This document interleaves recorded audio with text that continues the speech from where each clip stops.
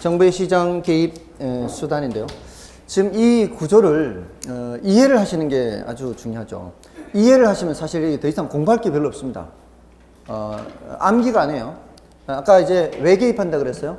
시장이 할 수 없는 거. 처음서부터 시장이 할 수 없는 게 이거죠. 처음서부터 시장이 할 수 없는 게 이거고요. 그 다음에 얘는 시장한테 기본적으로 맡겨놨는데 시장이 잘 못할 때 개입하는 거죠. 그래서 시장 실패를 수정하는 거예요. 그 다음에 이제 어떻게 개입하느냐 하는 거예요. 시장에 개입을 한다면. 자, 제가 계속 시장이라는 것을 이 무대라 그랬죠.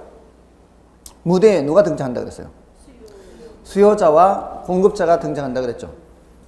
정부가 개입하지 않는 게 원칙이거든요. 정부가 개입하지 않는다고 해서 아무것도 안 하는 것은 아니에요. 이렇게 생각하세요. 이제 시장이라는 것을 그라운드라고 생각하세요. 양 팀의 선수가 경기하는, 운동 경기를 하는 그라운드라고 생각하시고, 수요자라는 한 팀과 공급자라는 한 팀이 시장이라는 그라운드에서 경기를 하는 거예요. 자, 거래라는 경기야, 거래라는 경기를 하는데, 경기라면은 규칙이 있어야 될 거 아니에요. 규칙, 룰. 그 룰을 누가 만드는 거예요? 정부가 만드는 거예요. 제도. 그러니까 무슨 제도, 이런저런 제도를 만드는 거죠. 뭐 단통법 이런 것도 다 제도잖아요. 그런 법을 만들어 놓고 그 법에 어긋나지 않게 공정하게 거래하도록 심판하는 건 누가 역할을 하는 거예요? 정부가 하는 거예요. 그러면서 이제 누가 불공정한 거래를 하는지 살펴보는 거죠. 그러니까 정부가 전혀 안 하는 게 아니라 평소에는 그런 제도를 만들고 그런 제도에 따라 법을 어기지 않고 공정하게 거래하는지 감시하는 역할을 하는 것이 정부가 하는 역할이에요. 이거는 개입하는 것이 아니에요. 아직은 개입한 게 아니에요. 자, 근데 거래하는 거 보니까 둘 중에 하나가 지지부진할 수가 있어요. 사려는 사람은 많은데 공급이 안 되고 있어요. 선수가 부족해. 자, 이럴 때 정부가 시장에 개입하는 거죠. 경기에 개입하는 거예요. 어떻게 하는 방법이 있을까요? 이쪽 선수가 부족해. 어떻게 보강해요? 심판보다 말고 지가 선수로 뛰면 되죠. 제일 좋기는. 정부가 선수로 뛴다고요. 정부가. 심판보다 말고 심판이 공 차버리는 거죠. 이게 시장에 개입하는 거, 경기에 개입하는 거라고요. 예? 이런 개입을 직접 개입이라고 그래요. 정부가 선수로 뛰어버린다고. 예를 들어서 해방 이후에 우리나라 남한에는 제철소가 없었어요. 예, 북한에 흥남 제철소가 있어서 분단이 되니까 남한에는 철강이 공급이 안 돼요. 근데 수요는 있을 거 아니에요. 수요는 있는데 이제 제철소가 없으니까 공급이 안 될 거 아니에요. 자, 그게 언제까지 그렇게 됐어요? 60년대 후반까지 그렇게 됐어요. 60년대 후반까지. 그러니까 거의 20년 이상을 포항제철이 언제 만들어졌어요? 65년도에 일본하고 그 배상금 협상을 맺으면서 그 배상금이 무슨 배상금이에요? 일본에 징용 갔다 온 수십만 명. 이런 배상금이요. 거기 위안부는 안 들어가 있어요. 그 수십만 명의 희생에 따른 이 배상 약속을 정부가 한 거예요. 그렇게 알려져 있어요. 아직 그 정확한 적은 모르지만. 그렇게 알려져 있어서 그 이후로 징용 갔다 온 사람이 일본 정부한테 계속 배상하라 해도 이미 그때 끝났다고 더 이상 배상 안 해주는 거예요. 그 돈입니다. 그 돈. 그 돈이 바로 누구의 돈이에요? 징용 갔다 온 사람들이 그 목숨을 잃고 그 고생해서 했던 그 배상금입니다. 그 돈으로 만든 게 포철입니다. 그러니까 우리나라 사람들은 그런 거를 알고 있어야 돼요. 사실은. 그 누군가의 희생을 통해서 이게 일어서게 됐다는 것을 사람들은 몰라요. 그걸 역사에서 제대로 교육을 시켜야 됩니다. 그래서 그 돈으로 포철을 만든 거예요. 포항제철이 그래 만들어진 겁니다. 자, 그게 그때는 국영기업이죠. 국영기업. 정부가 뭐가 돼버렸어요?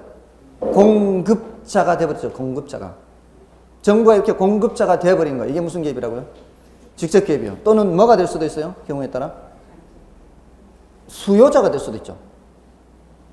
정부자가 수요자가 될 수도 있죠. 예를 들어 여러분들 수용 배우셨어요? 수용, 강제 수용. 국민의 재산권을 강제로 취득하는 거. 이건 무슨 개입이요?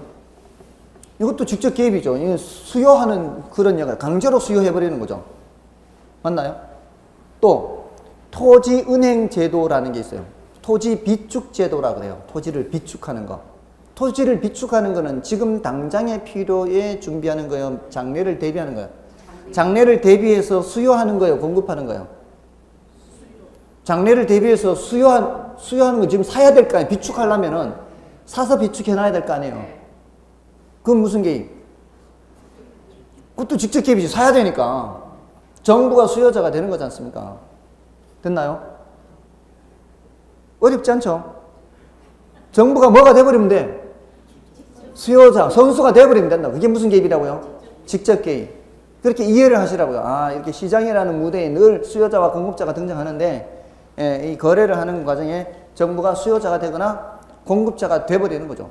또 공공임대주택을 공급합니다. LH공사를 통해서. 공공임대주택 공급하는 건 정부가 무슨 역할을 하는 거예요? 공급자가 되는 거잖아요. 무슨 개입? 직접 개입이요. 수요자나 공급자가 돼버리면 그러면 직접 개입이라고요. 아주 간단하잖아요. 뭐 어려워. 그죠? 다음에 이거는 지금 선수로 뛰는 거잖아요. 심판보다 말고. 그러면 이제 직접 개입이 있으면 무슨 개입도 있을까요? 간접 개입도 있겠죠. 그럼 간접 개입은 선수로 뛰지는 못하고 어떻게 하면 될까요? 심판이. 예, 그렇죠. 이렇게 도와주면 되겠죠. 편파 판정하거나 이러면 되겠죠. 예, 이 경기로 치자면 그 편파 판정이, 자 보세요. 자, 이 건설사들이 아파트를 많이 지어놨는데 분양이 안 돼. 분양이. 제일 확실한 직접 개입 방법으로는 어떻게 하면 돼요? 분양 안 되면은 정부가 다 사버리면 되는 거죠. 직접 개입은. 자, 이제 그런 게 사실은 안 좋은 게요. 정부가 직접 생산하고 직접 소비하고 수요자가 돼버리고 이러면은 무슨 국가하고 똑같아요, 사실은. 사회주의 국가하고 똑같은 거지, 그거야. 그 확실한 방법이긴 하지만 이렇게 하면은 사회주의의 비효율성이 나타나게 돼 있어요. 결코 효율적이지 않아요. 여러분들 공기업이 공급한다 그러죠? 공기업이 예를 들어 공공임대주택을 공급한다 그러잖아요. 일반 사기업체보다 비효율적인 이유가 뭔지 아십니까? 일반 사기업체는 이윤을 내야 그 사장이 계속 그 직을 유지할 수가 있어요. 주주총회 할 거 아니에요. 일반 회사는 주주총회에서 실적 안 좋으면 어떻게 해요? 사장 갈아치워버리죠. 맞잖아요. 근데 공기업은 어떻습니까? 그 사장이 어떻게 뽑혀요? 뭐 타고 와요? 낙하산 타고 오잖아요. 사장이 낙하산 타고 온다고요. 그리고 실적이 좋다고 해서 계속 연임하나요? 정권 바뀌면 또 바뀌는 거 아니에요. 못해도 책임지우나요? 없어요. 그냥 눈먼 돈 갖고 이자에 만드는 거예요. 자, 그러면은 사장부터가 지금 낙하산 타고 온 놈들이에요. 실적을 내도 별로 오래 가지도 못하고 실적을 안 내도 책임도 없어요. 그럼 밑에 직원들을 조질 필요가 있어요, 없어요? 조질 필요가 없어요. 자기 책임지는 것도 없으니까. 안 좋은 소리 들어가면서까지 할 필요 없죠. 그냥 별로 문제만 없다가 가면 되는 거예요. 자, 그럼 그 밑에 직원들은 보세요. 예, 일반 사기업체 같으면 실적 안 나오면은 이 조지잖아요, 이게. 예, 성과급 안 주고 막 이렇게 실적 내게끔 하잖아요. 승진 안 시켜주고 이러잖아요. 근데 공기업은 그런 게 없으니까 무슨 열심히 하려고 하는 이유가 있겠습니까? 종이컵 하나라도 절감해라 이런 얘기를 할 필요가 없는 거죠. 일반 사기업체는 이윤을 안 내면 안 되니까 어떻게든 효율적인 방법을 생각하게 되는 거죠. 그러니까 정부가 한다는 거는 그런 공기업을 통해서 하는 거예요. 공공임대주택 공급이라든가 이런 것들이. 그래서 효율성이 많이 떨어질 수밖에 없어요. 그래서 직접 개입은 효과는 확실할지 모르겠지만 그렇게 바람직한 건 아니에요. 이런 형평성 측면에서 어쩔 수 없이 해야 되는 부분 최소한으로 해야 되지, 될 수 있는 한은 직접 개입은 안 좋은 방법이에요. 간접적 개입이 그나마 이제 괜찮은 방법인데, 자, 간접적 개입은 이런 거죠. 자, 미분양 아파트가 있으면은 그거를 정부가 사는 게 아니에요. 어떻게 하는가 하면은 취득세, 등록세를 면제해 주겠다 또는 깎아 주겠다 요렇게 하는 거죠. 감세, 면세 또는 지원 이런 것들이에요. 자, 요거는 정부가 직접 사는 게 아니죠. 도와주는 거죠. 보조, 지원 감세, 면세의 경우에 따라는 너무 과할 때는 부담금을 부담시키거나 이런 건 무슨 개입? 간접 개입이라고요. 간접 개입은 효과는 좀 더디게 나타날 수 있죠. 3년 전에 취득세 등록세를 면제해줬어요. 워낙 거래가 안 되니까. 그때 한 채 사셨나요? 아, 사셨어요? 친하게 지내셔야 돼. 그때 알았지만 못 샀어요. 돈 있어야 사지. 그리고 돈이 있다 한들 앞으로를 비관적으로 보면은 함부로 못 살 수 있잖아요. 그러니까 효과가 훨씬 덜한 거죠. 대신 이제 자본주의의 효율성을 덜 해치는 장점은 있어요. 이게 장단점이 다 있는 거죠. 됐나요? 그래서 자, 이게 어떻게 개입하느냐. 시장이라는 무대 생각하라고요. 항상 시장이라는 무대에, 그라운드에 경기하는데, 수요자 공급자가 거래하고 하는 경기를 하는데 정부가 어떻게 개입하는 방법이 있고, 직접 개입하는 방법이 있고, 또 이거는 직접 개입은 뭐가 된다고요? 정부가 수요자나 공급자가 되는 거죠. 선수로 뛰는 거라고요. 그리고 간접 개입은 수요 공급자가 되는 건 아니라고요. 그렇지만 이제 보조하거나 지원해주거나, 보조, 지원 또는 감세, 면세 이런 거 있죠. 또 부담금을 부과하거나 뭐 이런 것들이에요. 이거는 이제 수요 공급자 역할을 적극적으로 수행하는 거고요. 자, 그런데 경제학에서는 여기까지밖에 얘기 안 하는데, 부동산학에서는 여기에 한 가지를 더해서 토지 이용 규제라는 걸 더 집어넣어요. 토지 이용 규제라는 걸 집어넣어서 요거는 토지 이용을 바람직한 방향으로 유도해요. 바람직한 방향으로.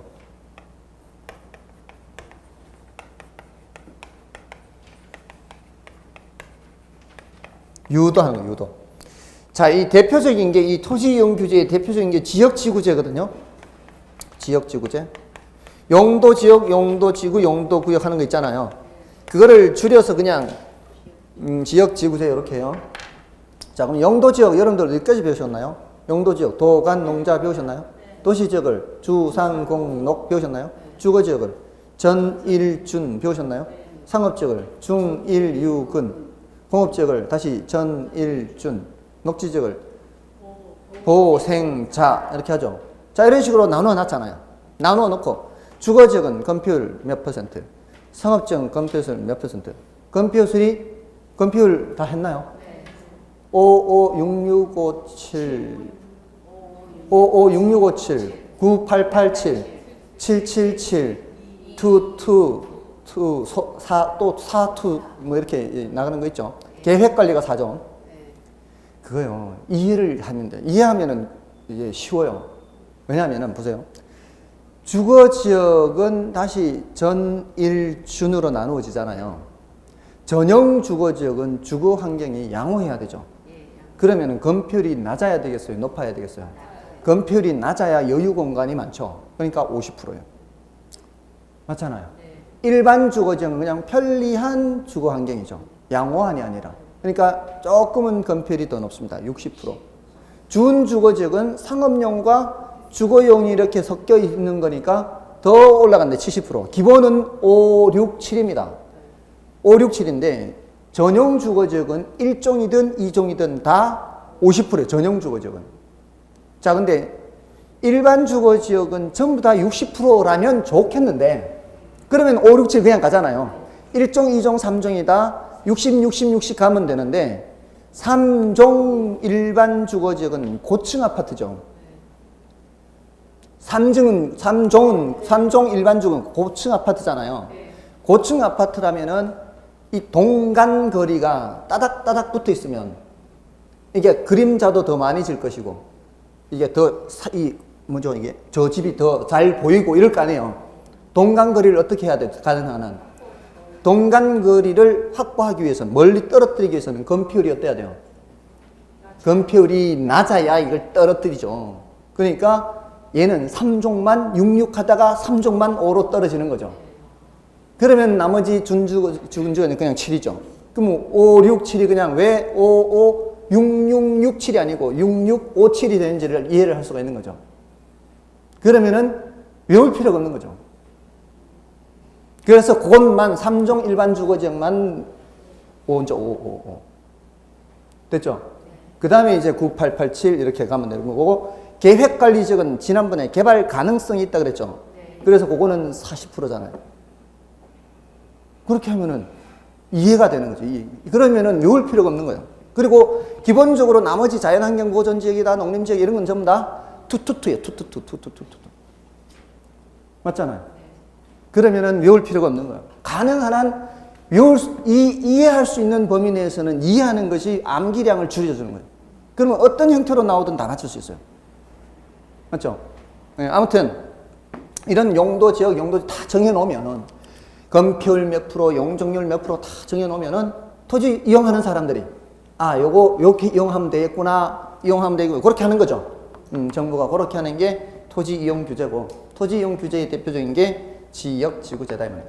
자, 그럼 이제 일단락된 거예요. 정부의 시장 개입이 된 거예요. 이거 시험에 많이 묻습니다. 이거 많이 물어요. 예를 들어 아까 뭘 말씀드렸는가 하면 토지은행 제도, 공용수용, 토지수용, 그다음에 이거 임대료 보조, 임대료 보조, 또 공공임대주택 공급, 부담금 부과 섞어놓고 다음 중 직접 개입에 해당하는 것은, 간접 개입에 해당하지 않는 것은, 요렇게 질문한단 말이에요. 여러 번 물었어요. 다음에 지금 이거 왜 개입하느냐, 하나는 이제 짝을 지을 때 이렇게 하면 돼요. 이걸 말하면 이거 대답하면 돼요. 정치적 기능을 수행하느냐, 경제적 기능을 수행하느냐, 또는 사회적 목표를 달성하느냐, 시장 실패를 수정하느냐, 소득 분배의 형평성 측면이냐, 자원 배분의 효율성 측면이냐, 이렇게 나누어서 생각하시면 돼요.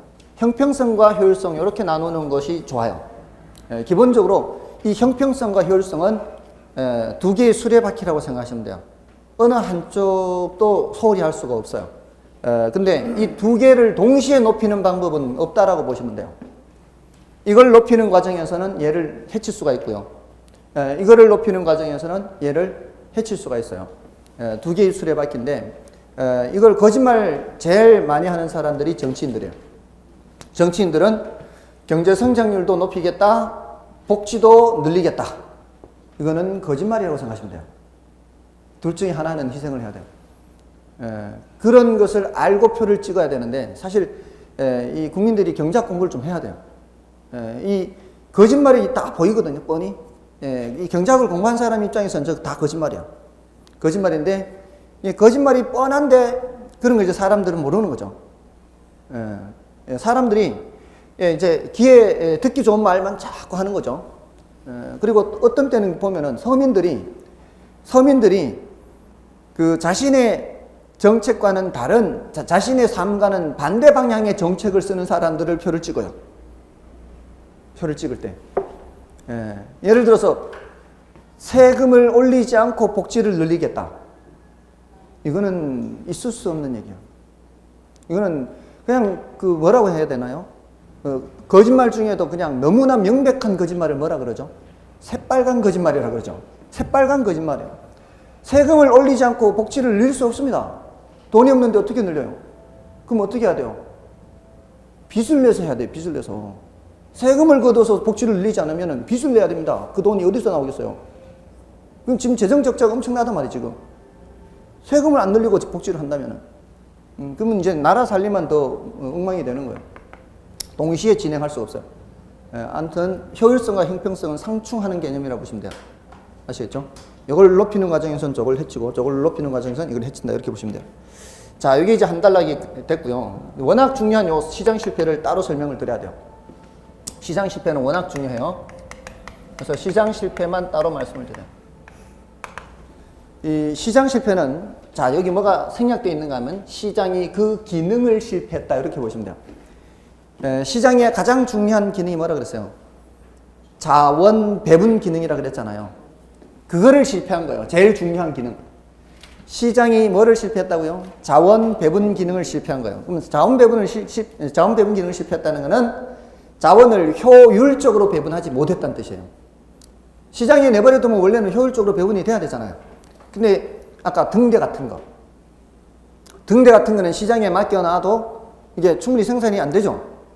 그쪽으로 자원이 흘러가지 않잖아요. 그게 뭐라고요? 시장 실패라고요. 근데 그 시장이 실패하는지, 자원 배분을 효율적으로 하지 못하는지 하는지를 볼 때 자원을 쫓아가면서 보는 게 아니라 뭘 본다고요? 상품이 얼마나 제대로 생산되는지를 보는 거예요. 상품이 적당한 양보다 적게 생산돼도 그거는 안 되는 거고요. 적당한 양보다 많이 생산돼도 그거는 비효율이에요. 낭비니까. 맞나요? 그러면 효율적이라면 어떻게 해야 돼요? 딱 적당한 양만큼 생산이 돼야 효율적이에요. 됐죠? 자, 이제 그거를 보는 거예요. 근데 시장 실패의 뜻은 시장이 그 기능을 실패한다, 효율적으로 배분을 못하는 건데, 그 원인이 여러 가지가 있단 말이에요. 원인이. 자, 원인이 외공불비 이렇게요. 외는 외부 효과, 공은 공공재형, 불은 불완전 시장, 비는 비대칭 정보, 외공불비 이렇게요. 자, 이게 제일 많이 나오고요. 그 다음이 요놈이고요. 그 다음에 요놈들은 지문으로만 나와요. 지문으로만 나오기 때문에 요거는 조금은 중요도가 낮아요. 근데 이런 게 있다는 건 알아야 돼요. 자, 이 외부 효과, 자, 다들 처음 듣는 말들이죠. 시장 실패도 처음 듣는 말, 다 처음 듣는 말이기 때문에 자꾸 반복해서 생각을 해야 돼요. 외부 효과 할 때 외부는 내부 외부 할 때 그 외부예요. 내부와 외부잖아요. 안쪽과 바깥쪽. 그러면 안쪽이 있다는 얘기죠. 이건 바깥쪽이라는 얘기잖아요. 그럼 우리는 계속 뭘 얘기하고 있어요, 지금? 시장을 얘기하고 있죠. 이 외부는 시장 외부란 뜻이에요. 그럼 시장 내부가 있을 거 아니에요. 그 시장 내부에는 누가 등장한다 그랬어요? 수요자와 공급자가 등장해서 뭘 해요? 거래를 한다 그랬죠. 경기, 운동 경기가 이제 거래라고 치고요. 거래를 하게 되면은 상대방한테 뭔가를 주면은, 혜택을 주면은 그 대가를 받아야 될 거 아니에요. 근데 경우에 따라 뭐 어떤 손해를 끼치면은 대가를 지불해야 되겠죠. 예를 들어서 우리 왜 여러분들 상대방에게 뭐 안 좋은 거 하면서 돈 지불하는 거 없나요? 안 좋은 거 하면서 지불하는 거. 뭔가를 사면서 뭔가를 사면서 그 혜택으로 대가로 이렇게 돈을 지불하는 거 있잖아요. 뭔가를 이렇게 내가 사면은 내가 얻잖아. 혜택을, 편익을 얻잖아요. 편익을 얻으니까 대가를 주지 않습니까? 보통 물건을 살 때. 근데 안 좋은 거 하면서 돈을 주는 거는 없어요. 안 좋은 거를 하면서 돈을 줘요. 혜택을 받으면서 돈을 주는 것도 있지만. 일종의 그런 거예요. 쓰레기 버리면서 돈 쓰잖아요. 쓰레기 봉투에 버리면서 이렇게 쓰레기 봉투를 돈을 주고 사야 되잖아요. 그러니까 뭔가 안 좋은 거를 하게 되면 거기에 대한 대가도 지불해야 될 거 아니에요. 맞잖아요. 이 시장 내부에서는, 이게 거래가 된다는 거는 어떤 혜택을 주면은 그 혜택에 대한 대가를 받아야 되고요. 손해를 끼치면은 그 손해에 대한 배상을 해야 돼요. 어떤 피해를 끼친 데 대한 대가를 줘야 돼요. 이게 시장 내부에서는 그게 거래가 돼요. 근데 시장 외부라고 할 때는 상대방한테 어떤 혜택을 주는데도 불구하고 대가를 받지도 않고요. 손해를 끼치는데도 불구하고 대가를 지불하지도 않아요. 요거를 외부 효과라 그래요. 대가를 주거나 받지 않으니까. 됐나요? 그런 경우가 있다고요. 손해를 끼치는데도 대가를 지불하지 않고 이런 경우가 있어요. 예를 들어서 여러분들 시멘트 공장 가보셨어요? 시멘트 공장 지나가 보셨나요? 시멘트 공장. 어디 있던가요, 주로? 외곽에 다 있어요. 외곽이 시멘트 공장? 어디요? 시멘트 공장, 그건 레미콘 이런 거고요. 시멘트 공장은 물론 레미콘 그런 데도 분명히 주변이 안 좋을 겁니다.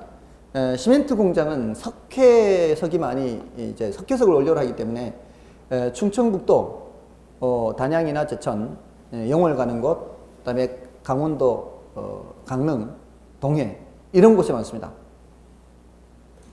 제가 이 시멘트 공장 무슨 직원은 아니었어요. 저는 이제 옛날부터 지리를 재미있어 했기 때문에 그런 거 하면 머릿속에 그냥 다 입력이 돼요. 지리, 이제 우리나라 지도가 머릿속에 있어서 어디에 뭐가 생산이 많이 되고 지하 자원이 뭐가 많다 그러면 이게 입력이 바로바로 돼요. 그래서 지금도 어떤 사람이 예를 들어서 장암에 산다 그러잖아요. 그럼 그 사람은 제 머릿속에 장암에 들어와 있어요. 어떤 사람이 어디에 산다 그러면은 그 사람을 지도 속에 표시를 해요. 저는. 그래서 그 사람을 연상을 하면은 항상 지도에 이 사람은 여기 사는 사람 이렇게. 아무튼 그런 곳에 이제 시멘트 공장이 많은데 그 시멘트 공장이 분진을 많이 날립니다. 분진. 그 분진이 어느 정도인지 아십니까? 저는 사진으로도 다 봤는데요. 수십 년간 이게 분진이 날리지 않습니까? 여러분들 기와집 아시죠? 기와집에 그 골들이 있잖아요. 그 이제 암기와 숫기와하고 이렇게 해서 하지 않습니까? 그 기와집에 눈 왔을 때의 모습 혹시 기억하십니까? 이렇게 연상이 되십니까? 눈 온 모습 생각하시면 돼요. 수십 년간 이 분진이 날려가지고 기와 골이요. 이게 시멘트로 덮여가지고 눈 내린 모습이에요. 얼마나 쌓였으면 그렇겠습니까? 그거를 사람들은 계속 마시고 살았던 거죠. 그리고 여러분들 눈 녹을 때 어떻게 돼요? 이 지붕에 있던 눈이 녹을 때 그 추운 겨울에 고드름이 열리죠. 고드름. 그 고드름이 열려 있어요. 수십 년간 그렇게 있으니까 쌓였던 저게 종류석처럼 내려와 있어요. 이렇게. 그거를 사람들이 다 마시고 살았단 말이에요. 그러니까 후두암, 폐암, 이 질병 발병률이 얼마나 높겠습니까? 자, 그런데 그 피해 보상을 할까요? 안 하고 있단 말이죠. 후두암이 그것 때문이라는 명확한 증거가 있냐? 후두암은 담배를 피워도 나타나고 다른 원인으로도 나타난단 말이죠. 분명히 피해를 끼치는데도 불구하고 100% 인과관계를 주장을 못하는 거예요. 입증을 못하면은 배상을 못 받을 수 있는 거예요. 그러니까 어떻게 해요? 피해가 발생하는데도 불구하고 대가를 지불하지 않죠. 맞잖아요. 근데 시멘트 공장은 이 사람들을 해칠 의도가 있나요? 해칠 의도는 없는데 분명히 해치잖아요. 근데 대가를 줘야 안 줘요? 안 줘요. 그러니까 무슨 효과예요? 외부 효과라고 대가를 지불하거나 지불받지 않기 때문에. 시장 내부에서는 대가를 지불하거나 지불받는데 외부 효과는 대가를 지불하거나 지불받지 않는다고요. 됐나요? 그래서 무슨 효과라고요? 외부 효과요. 자, 이런 외부 효과도 있고요. 양봉업자가 산에 벌통을 갖다 놓습니다. 그 목적은 자신의 꿀을 생산하기 위한 거죠. 자, 근데 갖다 놓으면 주변에 과수원의 꽃들의 자연 수정을 도와줍니다. 인근의 과수원의 꽃들이 도움을 받을 거 아니에요. 자, 이 양봉업자는 그 과수원업자를 도울 의도가 있나요? 그런 의도는 없습니다. 근데 결과적으로 도와주는 거죠. 근데 대가를 받는 거 있나요? 없죠. 이것도 무슨 효과예요? 외부 효과죠. 이번에는 어떤 혜택을 주죠. 혜택을 주는데 대가를 받는 게 없죠. 자, 이렇게 외부 효과는 두 가지가 있어요. 하나는 정의 외부라고 하고요. 하나는 부의 외부라고 그래요. 외부라는 게 시장 외부입니다. 대가를 지불하거나 지불받는 게 있다 없다? 없다는 거예요. 없다. 자, 그래서 이게 왜 시장 실패가 되는가 하면은 이게 이제 자원 배분이 비효율적이 되는가 하면 이런 현상은 많이 나타나면 좋을까요? 안 좋을까요? 좋죠. 나타나면 좋습니다. 그게 효율적인 거예요. 나타나야 효율적인 겁니다. 자, 근데 보세요. 제가 양봉업자예요. 이쪽으로 가면은 과수원이 있고 이쪽으로 하면 과수원이 없어요. 자, 이쪽으로 갖다 놓든 저쪽으로 갖다 놓든 저는 꿀 생산은 똑같아요. 근데 제가 저쪽으로 갖다 놓는다 한들 대가를 받는 거는 없죠. 근데 저는 생산은 똑같아요.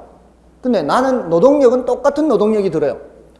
나의 노동력도 자원이요. 이 자원을 사용을 해야 되는데 이쪽으로 갖다 놓든 이쪽으로 갖다 놓든 나는 관계가 없는데 우리 사회 전체를 한가적으로 본다면 어떻게 하는 게 더 효율적이에요?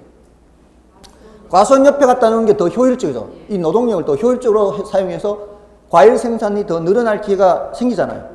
근데 내가 돈 받는 건 없으니까 그날 아침 기분에 따라 저쪽으로 딱 갖다 놓는 순간 나의 노동력은 효율적으로 사용 못하는 거죠.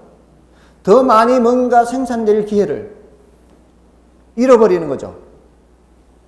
이게 나타나면 좋은데 이게 나타난다 안 나타난다? 안 나타난다고. 이게 한 번이라도 딴 데 갖다 놓는 순간 맞나요? 그러면 더 많이 생산될 기회를 잃어버리죠. 과소 생산이 돼요. 과소 생산. 적당한 양만큼 생산이 안 되고 더 적게 생산될 가능성이 많아진다고요. 자, 다음에 자, V웨이브. 이거 나타나면 좋은 거예요? 안 좋은 거예요? 안 좋은 거죠. 자, 근데 얘는 많이 나타날 가능성이 높습니다. 왜냐면은 시멘트 한 포대에 2만 원이라고 생각해보세요. 한 포대에. 시멘트 공장에서 생각하는 가격이에요. 근데 자, 외국에서 2만 5천 원에 주문 들어왔어요. 2만 5천 원에 10만 포대 생산해 주세요. 주문 바뀌었어요? 안 바뀌었어요? 주문 바뀌었죠? 시멘트 공장에서 생각하는 거는 2만 원인데 2만 5천 원에 10만 포대 주문 들어오면 바뀌었죠. 근데 지금 이 2만 원에는 뭐가 고려가 안 돼 있는가 하면 이웃 주민들이 이제 생산하면은 이제 질병이 늘어나죠. 그럼 그 질병 치료하는 비용이 여기 포함이 안 돼 있거든요. 우리 전체 한 가족이라고 생각한다면 만약에 질병 치료하는데 한 포대당 10,000원은 있어야 된다 치면 얼마는 돼야 돼요? 3만 원은 되어야 우리 사회 전체적으로 봤을 때는 그래야 적당한 수준이에요. 근데 2만 5천 원 받아버리면 사회 전체적으로는 5만 원, 5천 원 손해죠. 근데 기업 입장에서는 이거 부담해야 안 해요. 안 하니까 그냥 2만 원만 생각하고 막 생산해버리는 거죠. 그러면 너무 많이 생산되겠죠. 이런 현상은 많이 나타날 가능성이 높다고요. 그래서 어떻게 해요? 과다 생산 또는 과잉 생산이 돼요. 이렇게 하면 돼요? 안 돼요? 안 되죠. 이렇게 하면은 덜 좋죠. 그러니까 정부가 개입해야 되겠죠. 어떻게 개입해? 정부가 개입해야 돼. 이제 개입하는 거. 왜 개입하느냐? 이런 경우에는 저한테 정부가 5만 원 주는 거죠. 일단. 야, 5만 원 줄 테니까 저 과수원 옆에 갖다 놔라. 저는 어차피 똑같은 노동력을 사용하는 거지 않습니까? 그렇다면 5만 원 받고 그쪽에 갖다 놓으면 과일 생산이 늘어날 수 있죠. 그러면은 과일 생산이 더 늘어나서 시장에 유통되는 과정에서 세금도 더 거두어질 수 있고. 자, 이러면은 누이 좋고 매부 좋은 거죠. 됐나요? 똑같은 노동력을 이용해도 사회에 뭔가 더 많이 생산됐잖아요. 자, 그래서 이때는 보조를 하는 거죠. 보조를 해서 더 많이 생산되게끔 하는 거고. 자, 이런 거는 이렇게 나타나면 돼요, 안 돼요? 안 되죠. 안 되니까 규제를 해야 되죠. 예를 들어 공예세 같은 거 매기는 거죠. 정부가 10,000원 세금 매기는 거죠. 정부가 세금 10,000원 딱 매겨버리면 이제 기업 입장에서는 얼마는 돼야 똔똔해요? 3만 원 돼야 똔똔이죠. 그럼 이런 주문을 받을 수가 없죠. 그러면은 그만큼 막 생산되지는 않는다고요. 많이 생산되지는 않아요. 됐나요? 그러니까 정부가 어떻게 해야 돼? 이때는 개입을 해야 되는 거죠. 자, 다음에 공공재. 자, 이게 등대가 아까 공공재의 대표적이에요. 공공재의 대표적인 등대 말고도요. 도로 같은 거. 이것도 공공재예요. 도로. 그 다음에 국방 서비스. 나라 지키는 거. 이것도 공공재의 대표적이에요. 또 치안 서비스. 이런 것도 공공재의 대표적인 거예요. 자, 이런 것들은 시장에 내버려두면 충분한 양만큼 생산이 된다, 안 된다? 생산이 안 돼요. 예, 이게 아까 무슨 성질이 있다 그랬죠? 비배제성이죠. 비배제성으로 인해서 무슨 현상이 나타난다고요? 무임승차라 그랬죠. 이런 게 시험에 나온다면 이런 단어가 이런 용어로 이제 시험을 내는 거예요. 주저리 풀어서 시험 문제 지문을 안 만들어요. 이런 용어를 이용해서 지문을 만들기 때문에 이걸 알아야 되는 거예요. 자, 이러면 시장에 충분한 양만큼 생산돼야 안 돼요? 충분한 양만큼 생산이 안 되죠. 이런 건 정부가 직접 생산해야 되죠. 직접 개입이 있는 거는. 이런 것들은 이제 간접 개입이고, 예, 이거는 직접 개입이고. 이제 아까 직접 개입, 간접 개입 했잖아요. 예, 그런 식으로 이제 개입을 하는 거죠. 개입할 때는 직접적 개입이 또 있고, 전 간접적 개입도 있고, 토지용주제 이런 것도 있고. 다음에 불완전 시장. 현실의 시장은 완전하지 않아요, 전부 다. 현실은 현실이기 때문에 완벽할 수는 없어요. 근데 모두 다 불완전 시장인데 그 중에서도 독점이나 과점이 문제. 독점은 기업이 한 개밖에 없어요. 과점은 몇 개 기업이 담합을 할 수가 있어요. 통신사가 대표적이에요. LG, SK텔레콤하고 KT하고 세 개밖에 없죠. 그러니까 얘네들이 담합을 할 가능성이 많습니다. 독점은 말할 것도 없고요. 얘네들은 가격을 어떻게 할 가능성이 많아요? 담합해서 또는 독점기업은 가격을 올리는 거죠. 가격을 올리면서 생산량을 어떻게 해요? 줄이는 거죠. 자, 이렇게 해버리면은 더 많은 소비자들이 더 싼 가격에 소비할 기회를 잃어버리는 거죠. 이거 이제 이것도 과소 생산이거든요. 과소 생산. 그러니까 어떻게 해야 돼요? 독과점 규제해야 되죠. 그래서 공정거래위원회가 있잖아요. 공정거래위원회에서 독과점 규제 및 공정거래에 관한 법률 시행하고 있잖아요. 이게 다 정부가 개입을 하는 겁니다. 됐나요? 다음에 비대칭 정보 또는 불완전 정보라 그래요. 자, 여기서는 제 역선택이나 도덕적 해이 이런 현상이 나타날 수가 있는데요. 이거 지금 설명드리면 나중에 언제 설명드릴지 몰라요. 아직 한 번도 시험에 출제된 적은 없어요. 근데 이런 단어들이 이거와 관련된다는 정도는 이제 기억해 두시면 좋아요. 한 번도 출제되지는 않았지만 그래도 정보경제학에서는 중요한 개념입니다. 이 역선택은 거꾸로 선택하는 거예요. 이거는 정보가 없는 쪽에서 주로 당하는 입장에서 이렇게 되는 거예요. 당하는 입장에서. 이거는 정보가 있는 쪽에서 이렇게 행동을 하는 거예요.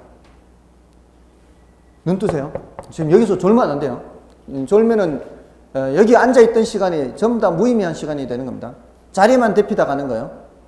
졸리신 분들은 저기 뒤에 가서 서서 수업 들어도 돼요. 지금까지 서서 수업 들은 분 중에 한 분도 떨어진 사람 못 봤어요.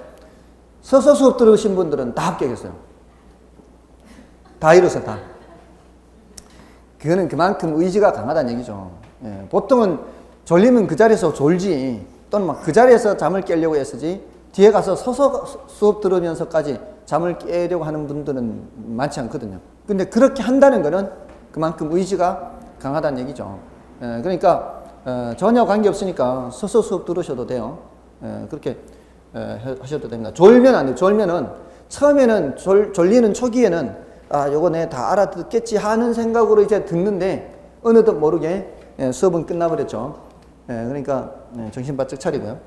자, 이 역선택이 뭔가 하면은 정보가 없는 쪽에서 이렇게 당한다 그랬잖아요.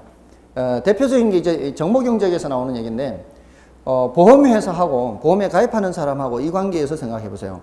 보험회사는 저기 보험에 가입하는 사람이 어느 정도의 위험이 있는지 알 수 없는 그런 상황이라고 치고요. 그러니까 운전자 보험 생각해 보세요. 운전자는 자신이 어떤 정도의 위험도인지를 안다라고 생각해 보세요. 자, 보통 여러분들 운전자 보험 이렇게 그 보험 차량 보험 가입할 때 이런 정도로 하죠. 연령이 몇 세냐, 뭐 사무직이냐, 영업직이냐, 뭐 이런 정도로 이렇게 해서 하죠. 이 사람이 얼마나 안전하게 운전하는 사람인지 험하게 운전하는 사람인지에 대한 아주 상세한 검사를 안 하죠. 그래서 그런 정도로만 하고 평균적인 요금을 아마 매길 겁니다. 그죠?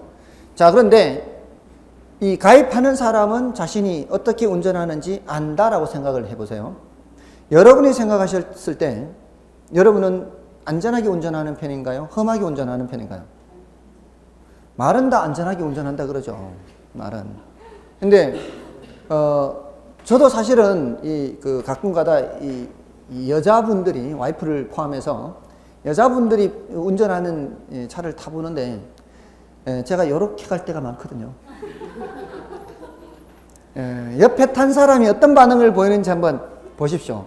앉아서 편안하게 이렇게 가는 건지 이렇게 해가지고 이렇게 가는지 이걸 보면 알 수 있어요. 저는 사실은 굉장히 안전하게 운전하는 편입니다.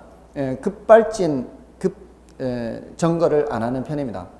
서서히 출발하고 서서히 멈춥니다.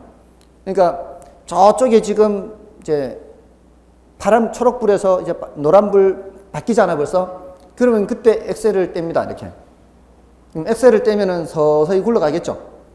그러면은 거기까지 다 갑니다. 이게 대신 속도가 느릴 뿐이지 신호 바뀌기 전에 거기까지 갑니다.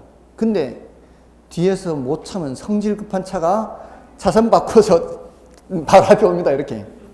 아무튼 또 이제 저기서 불이 바뀌면 서서히 출발하는 거죠. 이게 요즘은 이제 차량이 에너지 효율 저기 있어서 초록불에서 이렇게 흰불로 바뀌고 빨간불 이렇게 이제 비효율 정도 나타나죠. 가능한 한 초록불을 유지하면서 가속합니다. 그러면 세워라 내워라요. 가속될 때까지가. 뒷차는 속 터지겠죠. 가능한 한 그렇게 한다. 가능한 한. 자, 아무튼 근데 와이프는요. 저거 뭐죠? 카레이스요. 카레이스. 준비 딱 하고 있다가 불 바뀌면 빵! 발 이렇게 해. 여자분들이 더 합니다. 더 해. 제발 좀 이렇게 운전하지 말라고 해도 바쁘다고 그렇게 하는 거예요. 그래 봤자 뭐 1, 2분이죠. 뭐 얼마나 바쁘긴. 아무튼 자, 험하게 운전하는 사람은 자신이 안다고 치는 거예요.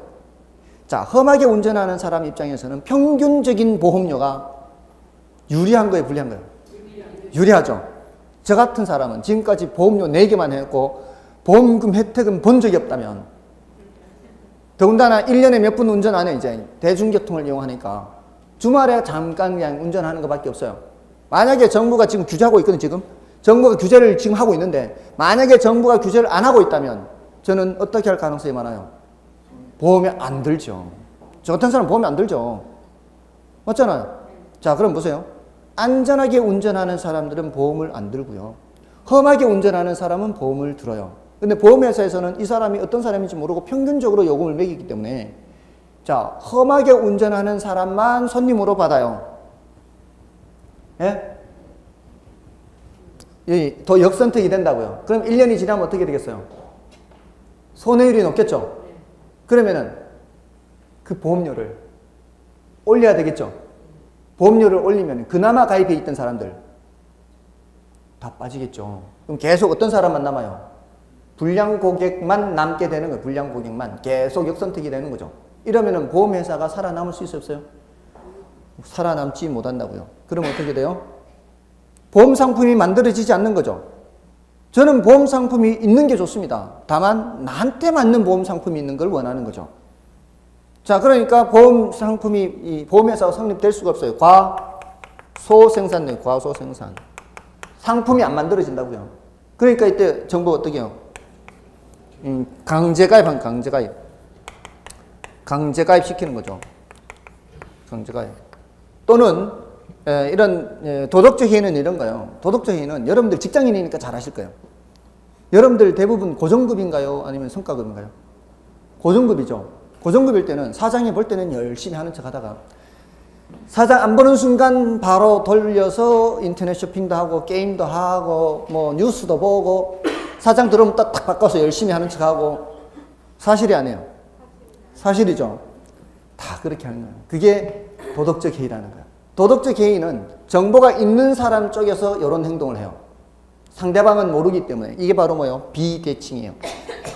정보가 한쪽은 있고 한쪽은 없는 상황에서는 이런 현상이 나타날 수 있어요. 이러면은 자원을 효율적으로 쓰는 거예요? 안 쓰는 거예요? 저거는 자원을 효율적으로 안 쓰는 거죠. 이런 이제 경제 현상들이 있습니다. 그리고 그 정보 자체가 불완전할 수가 있어요. 그 정보 자체가 불완전할 때는 정부가 나서서 정보 유통을 원활하게 해야 돼. 정보 유통을 원활하게. 이 대표적인 게 뭔가 하면은 바로 내비게이션입니다. 내비게이션.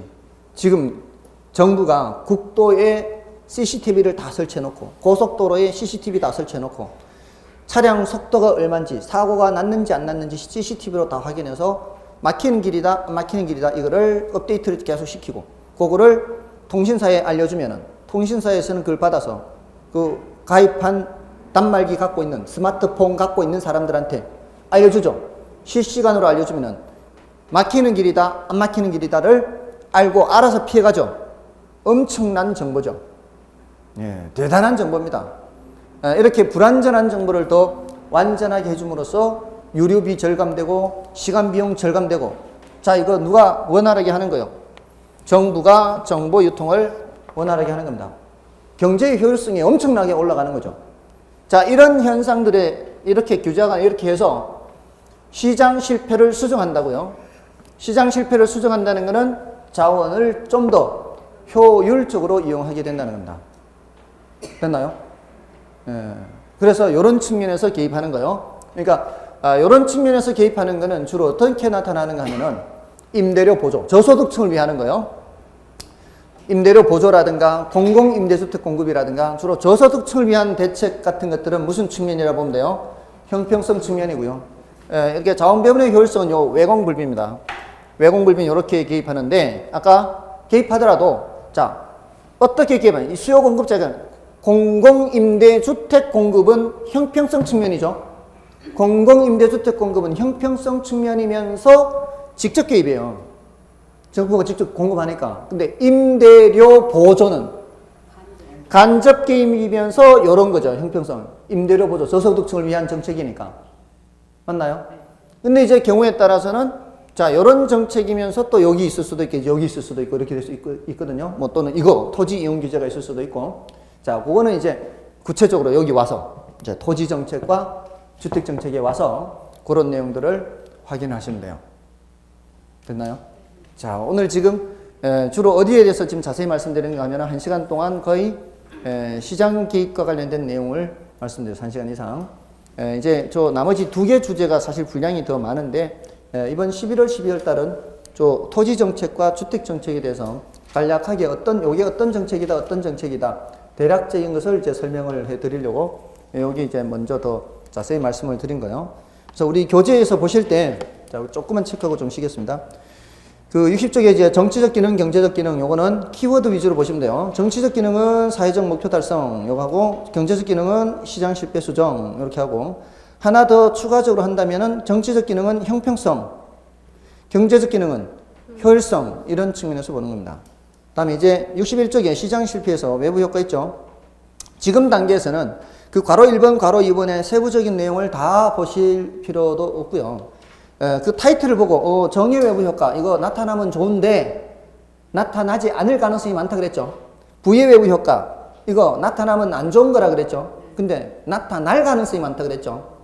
그런 것들 이제 예를 들어서 생각을 해 두시면 되고요. 그러니까 정의 외부에는 이제 양봉업자 가수원 이렇게 생각하면 되고요.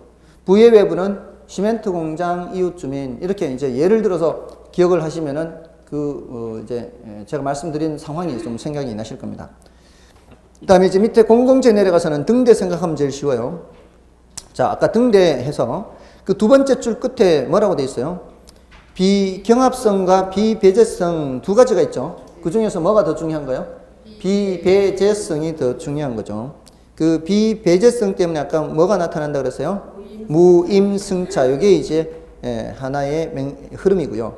비경합성은 나중에 말씀을 드릴 거니까 일단은 넘어가십시오. 그 다음에 독과점 해서 이때는 가격을 올리면서 생산량을 줄인다 그랬죠. 그래서 생산량을 줄여서 과소 생산이 될 가능성이 많단 말이에요. 과소 생산. 과소 생산이 거기 없죠 지금. 그래서 이걸 규제를 하는 거죠. 그 다음에 밑에 정보의 비대칭에는 어떤 단어 써놓으면 돼요? 여기 역선택이나 도덕적 해이. 이것도 결국은 무슨 생산이 되는 거예요? 과소 생산이에요. 상품이 만들어지지 않아요. 딱 하나만 과다 생산이죠. 이것만 과다 생산이고 나머지는 다 과소 생산이에요. 시장에서 충분히 상품이 생산이 안 될 수가 있어요.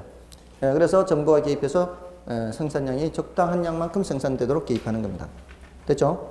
그 다음에 이제 63쪽에 부동산 정책 수단에서 아까 요거죠. 1, 2, 3번이 저 1, 2, 3번을 지금 거기는 반대로 써놓고 있고요. 저는 이제 여기서부터 쓰고 있는 거예요. 직접 개입, 간접 개입 토지 이용 규제. 됐죠? 그 다음에 이제 토지 정책이 나오고 있죠. 요 토지 정책과 요 주택 정책은 좀 쉬고 설명드리겠습니다.